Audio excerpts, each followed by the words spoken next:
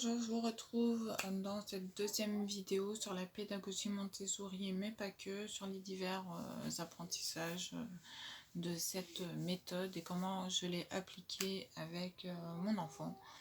Je vais aujourd'hui développer en fait la thématique des lectures d'apprentissage, celles qui ont permis de rythmer un peu le quotidien, de pouvoir faire passer certains messages au moment de l'éducation de notre enfant. Il y a 3, voire 4 volants même. Vous avez les livres d'apprentissage du quotidien, des livres sur des apprentissages ludiques mais spontanés, c'est-à-dire celles que je caractérise où l'enfant a envie d'apprendre spontanément sur un sujet. Vous avez les apprentissages liés à la lecture, mais de manière différente, par les jeux notamment. Donc j'aurai 2 choses à vous présenter dans cette catégorie. Et le 4e pan, et que j'aimerais avoir le temps de développer suffisamment, c'est tout le côté conte méditatif et développement personnel et des problématiques qu'on n'aborde pas forcément quand on est parent, mais que je trouve assez essentielles. Donc il y en a 4. Aujourd'hui. Donc je vais commencer tout de suite par les livres que j'ai dit d'apprentissage au quotidien. Alors ça va aller dans l'ensemble, tout ce que je vais vous montrer sauf deux vont aller dans la thématique pédagogie Montessori par le simple fait que ce sont des livres qui sont non anthropomorphes, donc qui n'ont pas ce ne sont pas des animaux en fait qui sont utilisés dans les histoires pour donner un récit, une histoire à un enfant. Ce sont à chaque fois que des petits bonshommes, des petites bonnes femmes, des adultes, hommes, femmes, tout ce que vous voulez d'humain, qui est utilisé dans toutes ces histoires. C'est une volonté aussi de rapprocher tous les apprentissages du quotidien en fait à l'enfant pour qu'il puisse vraiment se projeter directement dedans et qu'il puisse vraiment se mettre à la place de l'enfant et qu'il comprenne que peut-être que lui il a déjà vécu certaines situations et que dans l'histoire on trouve des réponses pour pouvoir éviter certains conflits notamment ou certaines incompréhensions autant de la part du parent que de la part de l'enfant. Voilà. Je vais commencer tout de suite par Émilie ne veut pas manger, dans les problématiques voilà, où il fait des caprices, les 2 ans notamment, c'est vraiment les premières crises, la première crise, j'ai envie de dire, identitaire, celle où on s'affirme et on s'affirme par la négation. Donc il y a beaucoup de problématiques où on retrouve ne veut pas manger, ne veut pas obéir, ne veut pas être gentil, ne veut pas aider ses parents. Enfin voilà, tous les ne veut pas, tout ce qui est dans la négation, c'est l'âge des 2 ans. Jusqu'à 3, 4, 5, même 6. Tout dépend comment vous allez gérer petit à petit en fait ces négations de la part de l'enfant. Dans une même collection, vous avez Princesse Parfaite, qui sont des petits livres d'édition Fleurus à 6,80€, enfin 6,10€, 6,95€. Zoé est capricieuse. Zoé n'obéit pas. Et Zoé à l'école. Donc à chaque fois, ce qui est intéressant dans ces livres, c'est que vous avez un côté Zoé qui fait n'importe quoi et qui traverse sans regarder la voiture qui arrive et qui met en danger son petit frère derrière et la maman qui est obligée de courir après l'enfant. Situation quotidienne. Et puis Zoé qui prend soin de traverser au bon moment et de ne pas mettre en danger son petit frère. Sa responsabilité. Et à chaque fois c'est comme ça. Une page Zoé imparfaite, Zoé parfaite de l'autre côté.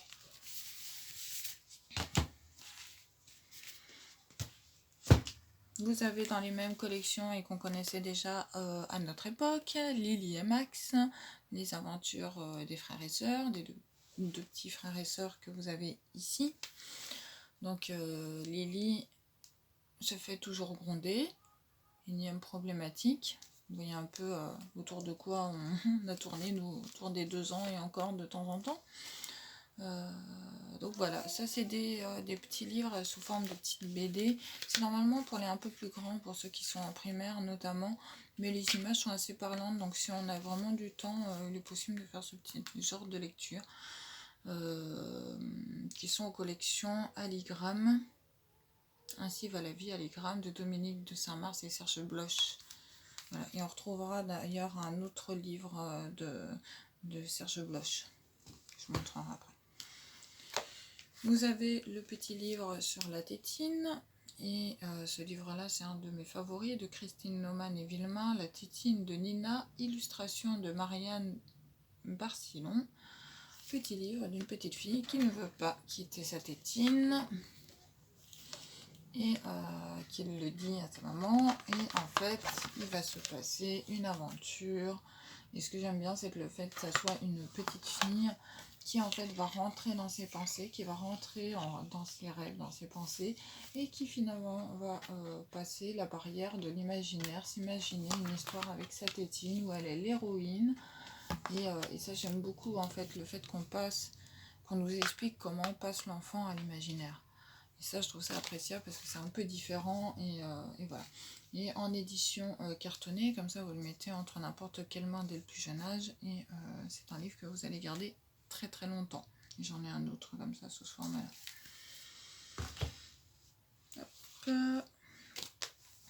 Dans les apprentissage de la propreté, le passage du pot aux toilettes. Ici, c'est pareil, plutôt 1 an, 1 an, 2 ans.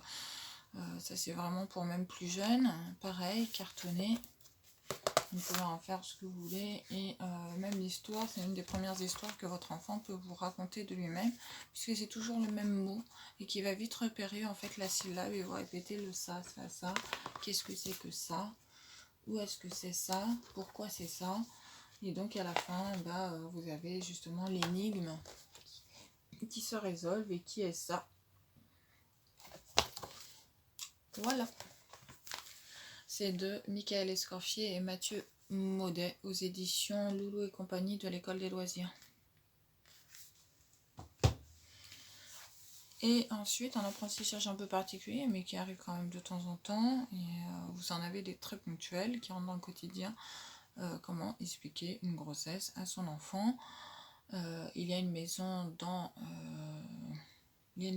ma maman. Où il y a une maman qui partage en fait le fait qu'elle annonce à son fils qu'il y aura un petit frère, une petite sœur, et donc vous suivez la petite histoire très simple et vécue à peu près pour n'importe quelle famille avec des frères et sœurs, de la naissance du prochain. Voilà, de manière simple, ludique, efficace, comment on partage ces moments-là, comment on s'exprime avec. Et vous avez d'autres références de la même petite collection,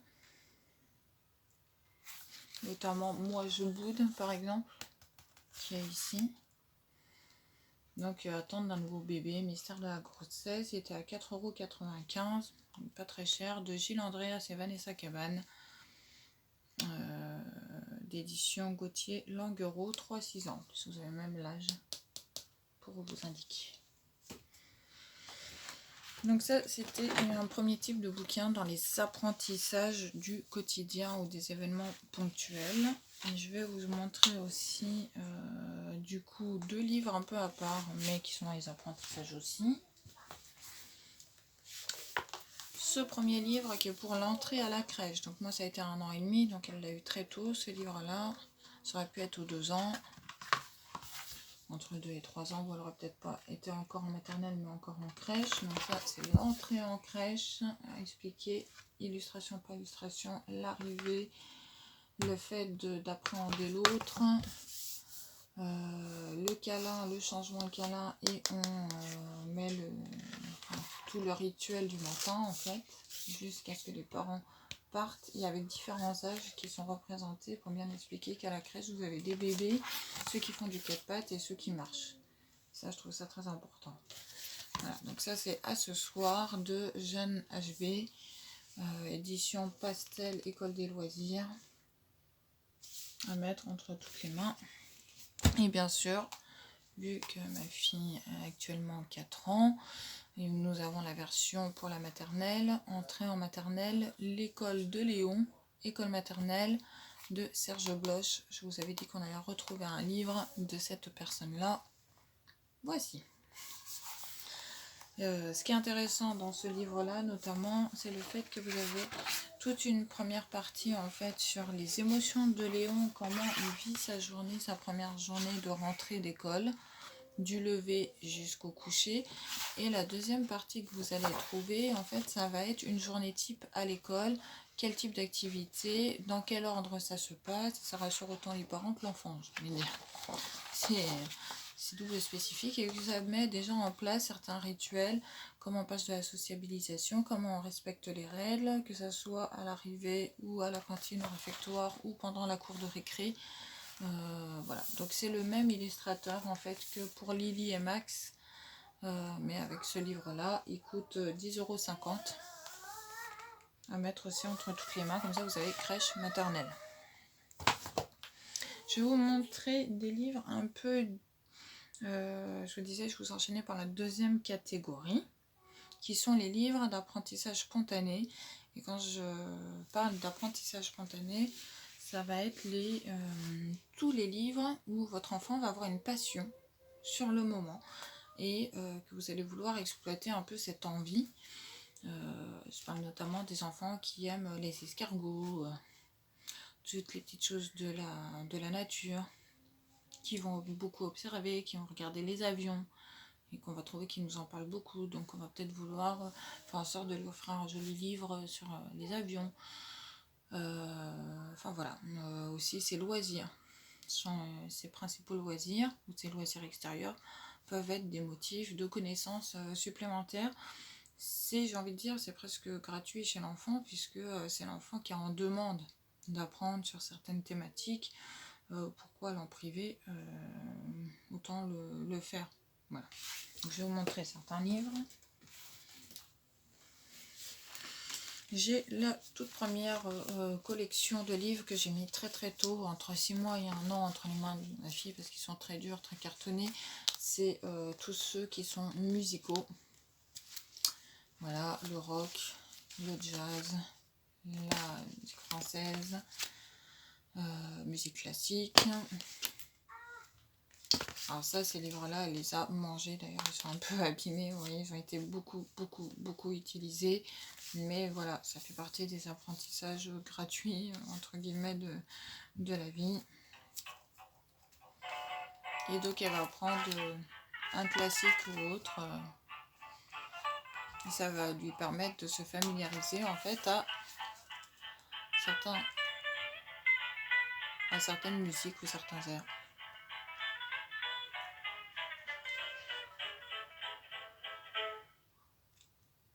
Voilà, donc ça c'est pour la collection vraiment partie musicale. Et je vous disais les passions qui arrivent de temps en temps. Alors celui-ci c'est le petit doc, je vous le montre dans ce sens là parce que le petit doc c'est ce qui arrive juste avant les kiddie doc.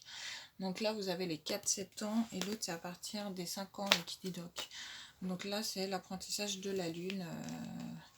Ma fille était ébahie par pouvoir regarder la lune tous les soirs et voir qu'elle ne ressemble pas à la nuit précédente et que peu à peu elle ressemble à une énorme boule blanche et puis de temps en temps elle ressemble à un croissant tout fin. Donc je lui ai expliqué en fait ce qu'on pouvait y faire dessus, à quoi servait la lune. Voilà, un livre très bien pour les enfants.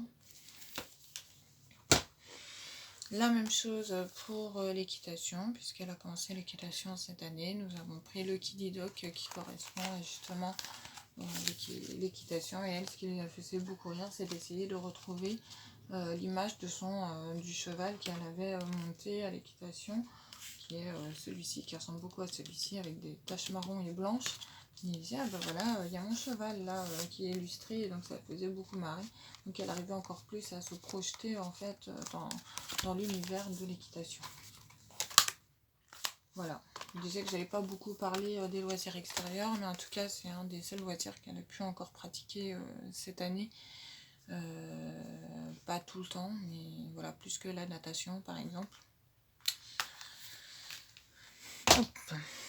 Et pareil, quand je vous parlais de collection, je vous insérais une photo juste ici de collection. Alors ça peut être tout et n'importe quoi, hein, comme je disais. Des marrons, des bouchons. Alors les bouchons, c'est à cause de l'année dernière, parce qu'en petite section, on les réutilisait pour faire les notions d'algorithme. Donc c'est pour ça que finalement on en a une boîte entière. Je vous mets la photo juste là.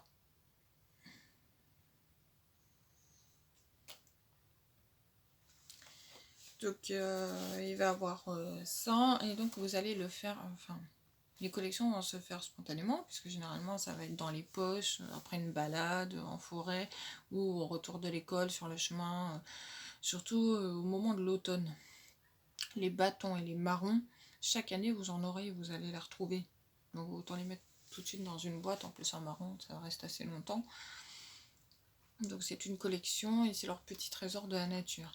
Et bien ils vont faire la même chose aussi dans les apprentissages. Ils vont vouloir collectionner des choses de la même chose, ou du même univers. Je vais vous montrer pour ça ceci que chaque parent doit connaître. Des collections d'animaux. Là c'est les animaux sauvages. Tigre, rhinocéros, lion. Voilà. Et bien ça c'est très pratique parce que c'est un parfait matériel qui vous restera, où l'enfant va apprendre à se raconter des histoires, où l'enfant va aussi apprendre à lire. Ça va être un très bon matériel à utiliser au moment de l'apprentissage de la lecture ou de la prélecture. Ce passage où on ne peut pas lire sur une carte, mais on peut montrer l'animal. Voilà, l'enfant en a la connaissance, il sait que c'est un tigre, et comment on écrit le mot tigre, et bon, on lui écrit le mot, et en fait il va associer le jouet. Donc ça c'est un matériel qui va être à la fois ludique, loisir et pédagogique. Un tout en un. C'est des méthodes que vous allez retrouver aussi chez les orthophonistes par exemple, pour ceux qui ont des problèmes de langage.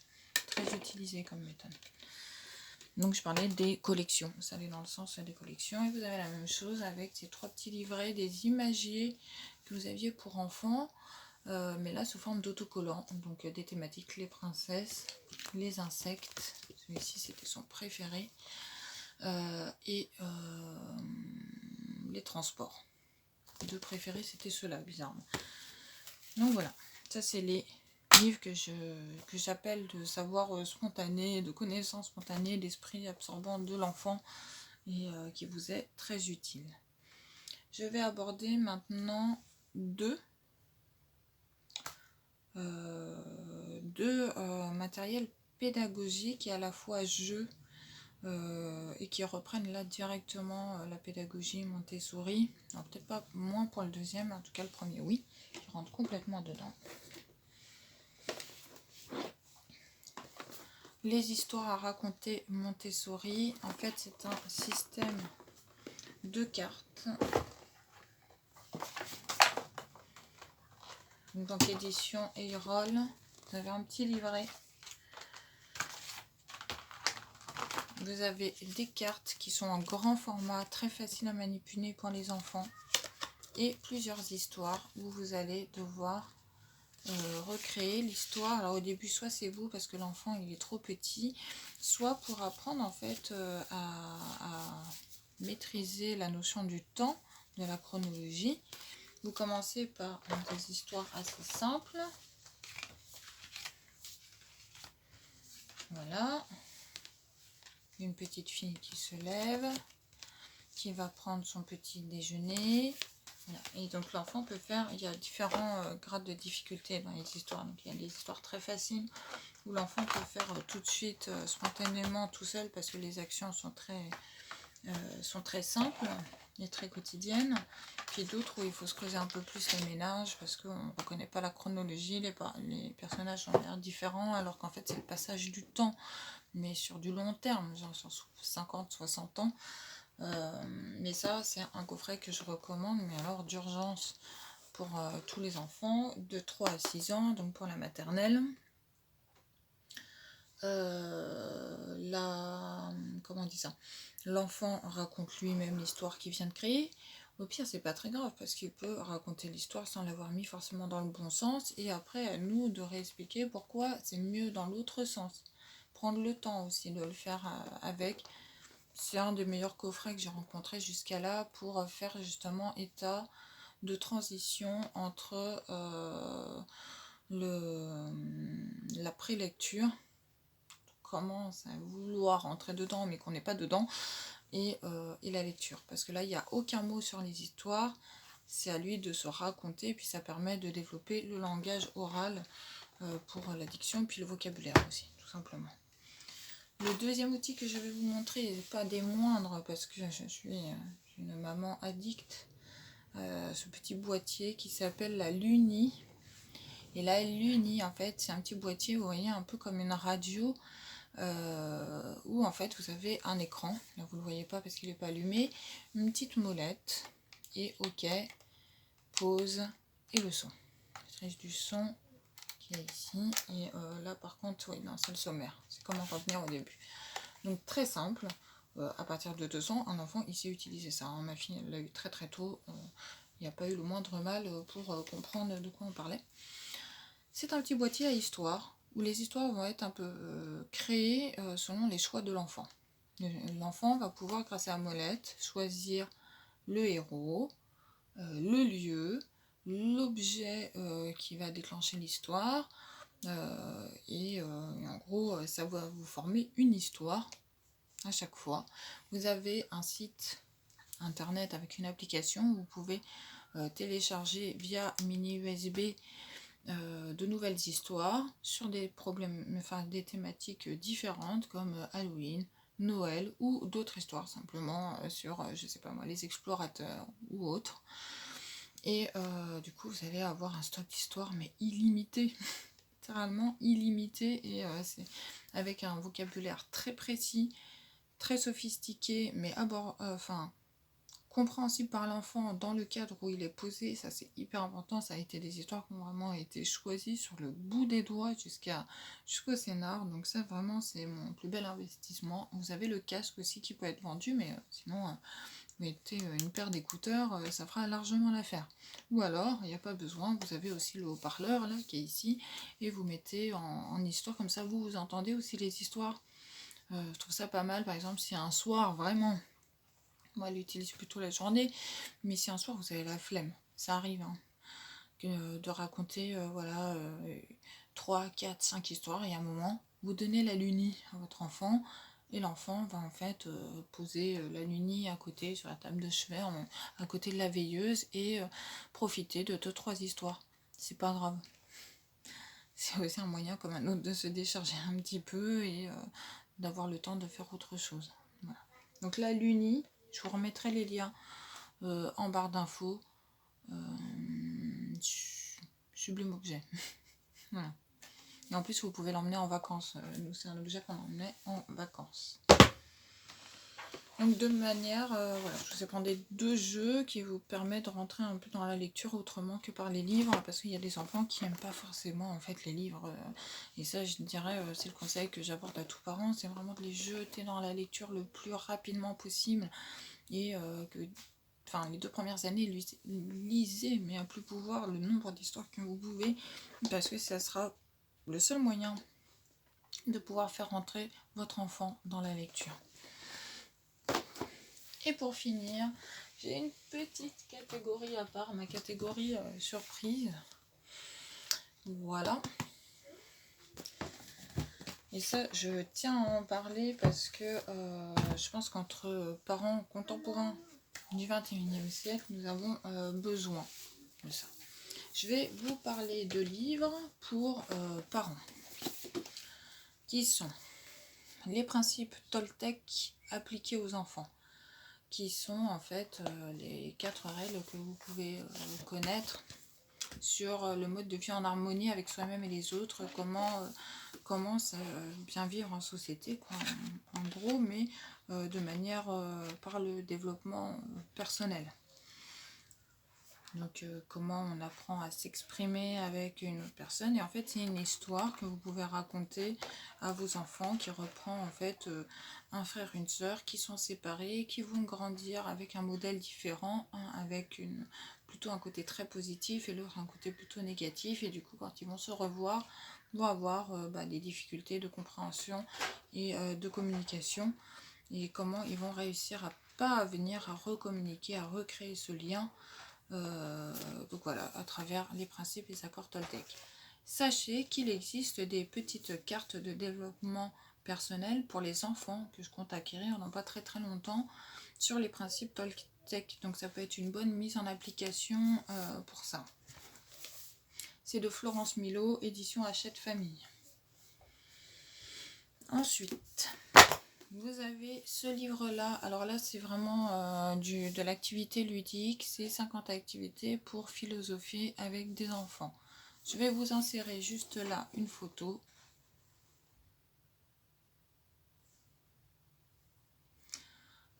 Une photo par rapport à un livre. Je vous mettrai une référence de livre par rapport à la philosophie. Il y a certaines questions existentielles et l'enfant s'en pose beaucoup, où on n'a pas forcément de réponses adéquates ou pas très intéressantes, ou en tout cas on patauge un peu en tant que parent, mais vous avez des livres de philosophie pour enfants qui vous aideront justement à répondre à certaines problématiques.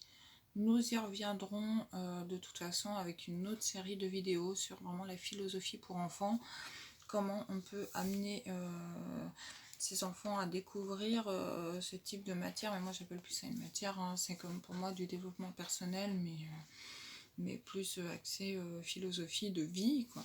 C'est quelque chose que même on met en pratique sans le vouloir, hein, vraiment, je le dis. Et donc je veux vous conseiller en tant que parent 50 activités pour philosopher avec vos enfants, avec ses enfants. First édition de Fanny Bourillon et Angie Gadea, qui sont enseignantes à l'école des Gobelins à Paris en philosophie et philosophie de l'art, et diplômées d'un master de design intérieur. Voilà, qui ont créé en fait ces activités-là pour les enfants jusqu'à l'adolescence, de 5 jusqu'à 12, 13, 14 ans. Voilà, un livre à remettre vraiment dans toutes les mains du corps pédagogique ou des parents. Et je vous en reparlerai de toute façon dans une vidéo un peu plus précise. Ensuite, nous avons ce petit livre pour enfants qui est dans la même collection que les livres musicaux que je vous montrais. Être zen. J'aime être zen. Donc ici, vous avez des musiques un peu zen.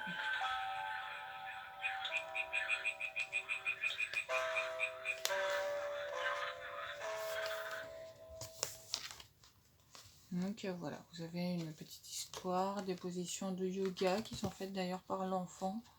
Si vous avez l'occasion que votre enfant fasse du yoga, même à l'école, ou qu'il vous en parle, ou qu'il fasse de la méditation, voilà, vous pouvez reprendre. Ça existe si vous avez des petits livres pour enfants. Et je vais vous parler des 3 dernières références que je voulais aborder ici. On va commencer tout de suite par ce livre-là, qui est un conte méditatif, et vous en avez 5 dans la même collection. Par Marie Besnier, La Maison de Mélisse, harmonisation intérieure, voilà, collection. Alors ça sort vraiment du cadre, et ça c'est quelque chose que j'aimerais voir se développer, en tout cas dans les pédagogies alternatives. C'est des contes en fait, où vous lisez à votre enfant un conte, on vous explique à chaque fois comment il faut le faire, comment amener l'enfant vers ce type de conte méditatif.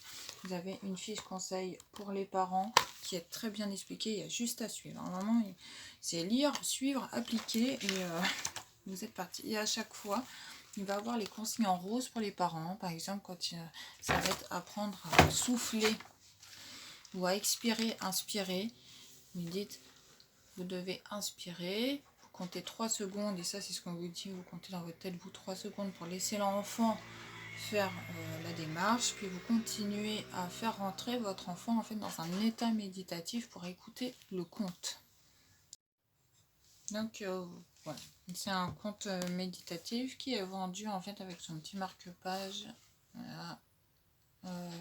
Et que vous allez pouvoir suivre, c'est à lire en plusieurs jours, hein. C'est pas à lire en une seule journée, à moins que vous ayez 2 heures à consacrer, parce que ça met du temps. C'est pas un livre où vous lisez tout d'une traite, là il faut vraiment prendre le temps des pauses qui sont souhaitées dans l'histoire pour que vraiment vous puissiez faire une méditation complète.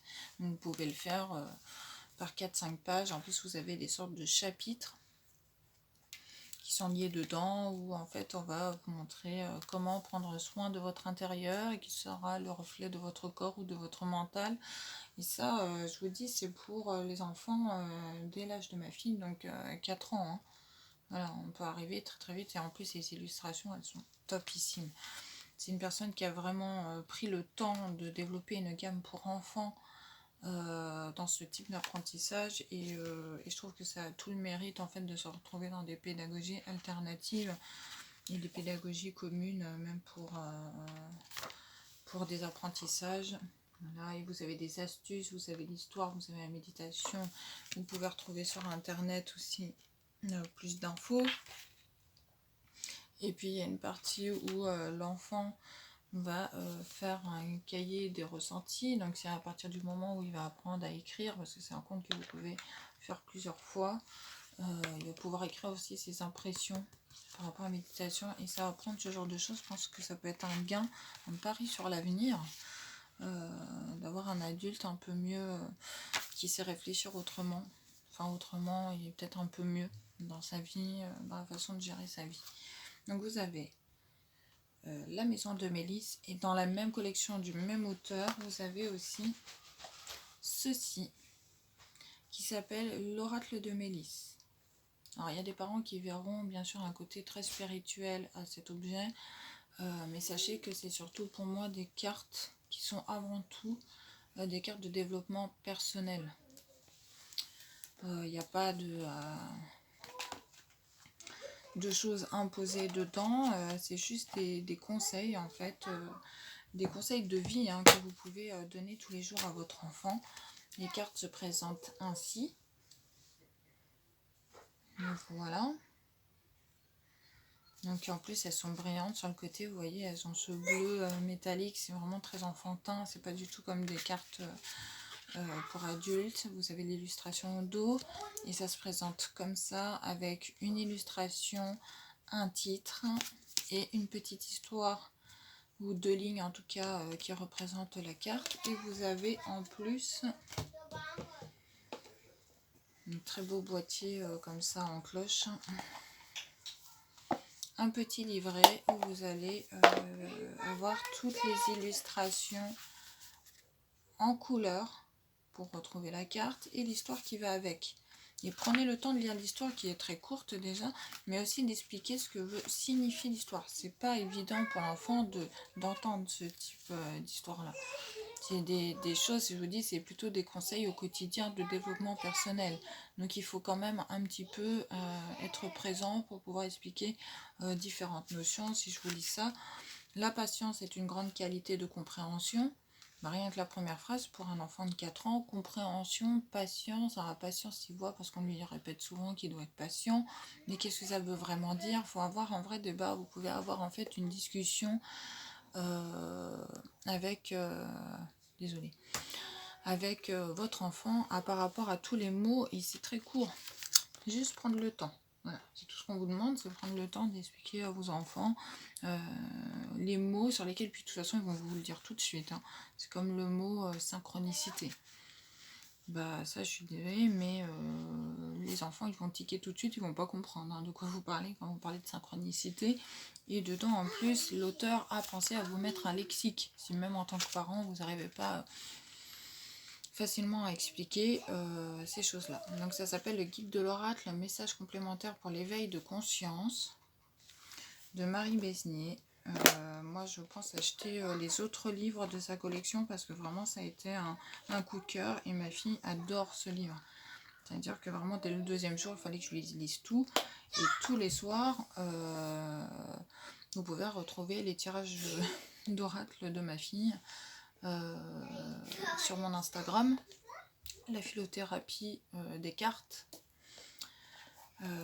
voilà, où elle tire une carte par jour pour la montrer en fait pour les enfants, parce que finalement on fait ça aussi pour les adultes, mais on pourrait faire ça pour les enfants. Et c'est un truc où vraiment elle y prend du plaisir à regarder sa petite carte, à la choisir. Alors moi je lui laisse la solution de facilité parce qu'elle vient d'atterrir dans cet univers-là. Donc je lui dis de regarder toutes les cartes et celle qui lui parle, elle me la montre et c'est la carte du jour. Je lui fais pas en version cachée, très rarement en tout cas, puisque c'est le début et que pour l'instant il n'y a pas d'enjeu, spirituel derrière justement. C'est plus découvrir une carte de développement. Et généralement ça va être les couleurs. Je lui demandais pourquoi elle a choisi telle ou telle carte. Donc il y a une vraie discussion pour les parents, un moment de conscience, de pleine conscience à faire en famille par rapport à ça. Donc le livre, l'oracle de Mélisse, la maison de Mélisse, il y a 4 ou 5 livres dans la même collection de Marie Besnier. Et un autre livre pour les... Enfin, c'est pas un livre, c'est des cartes pour enfants, c'est le petit grimoire au grand pouvoir et ses cartes magiques de Mallory Malmasson et l'illustratrice c'est Camille Bellette. Alors là je dirais que c'est plus pour les enfants en primaire. Pareil, simplement des cartes avec un message plutôt enfantin, des couleurs enfantines, vendues dans un petit pochon avec des cartes qui sont toujours avec cette reliure dorée sur le côté, des cartes très grandes qui sont maniables pour les enfants. Il faut des cartes qui soient adaptées, soit très grandes, soit petites, comme le format, le format de l'oracle de Mélisse, c'est vraiment pour les plus jeunes. Vous voyez la différence quand même de boîtier par rapport aux cartes. Comme ça on peut mettre dans des petites mains. Et oui, c'est des détails, mais des détails qui comptent pour un enfant. Là, on pourrait avoir presque des cartes pour adultes. Donc là, je vous dis, c'est plus pour ceux qui sont en primaire, mais c'est des cartes très enfantines. Et en fait, qui vous permet à chaque fois d'avoir un message, pouvoir de la protection invisible avec être magique, et d'expliquer toujours par un petit texte que vous allez retrouver. Petite histoire dans un petit guide. Et qui est imprimé aussi en couleur à l'intérieur. Elle est là. Donc on vous dit les plantes karma vorace, essaie de penser à la dernière fois où tu as réalisé une action pas franchement gentille. Vous voyez, il n'y a rien que les mots qui ont été choisis, c'est des tournures de phrases que vous allez pouvoir entendre chez un enfant. On dit quelque chose de blessant à une personne ou fait quelque chose de pas vraiment sage. Appelle ensuite les plantes karma vorace et donne-leur cela à manger. En fait, là, c'est la symbolique des plantes qui vont manger les mauvais mots qui ont été dits dans la journée. Et on vous met derrière la notion de développement personnel qu'il y a, le pouvoir de la paix intérieure. La paix intérieure, c'est quand tu te sens bien apaisé et calme, tu es en harmonie avec toi-même, et rien ne vient perturber ce sentiment intérieur et agréable. Voilà. Je trouve que c'est une manière un peu différente de rentrer en fait dans l'examination de soi, mais de façon plutôt intelligente, ludique, parce qu'il y a des cartes qui sont très très bien illustrées et qu'il y a un plaisir aussi à découvrir chaque carte dans le temps.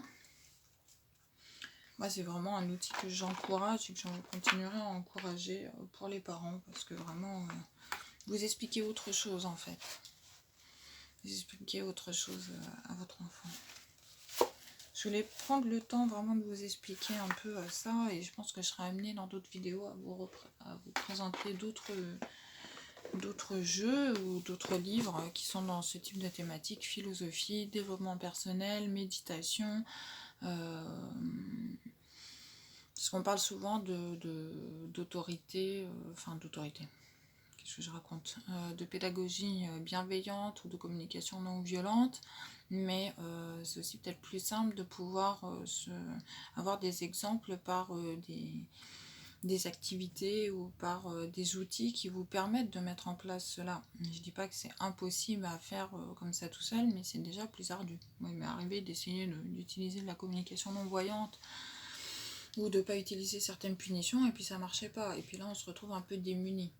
Là, ça vous permet de prendre un temps justement sur toutes ces situations de difficulté ou de crise que vous avez pu avoir eu avec l'enfant, mais en le sortant du contexte. C'est-à-dire que c'est la carte. qui va être amené ou pas à décrire des situations.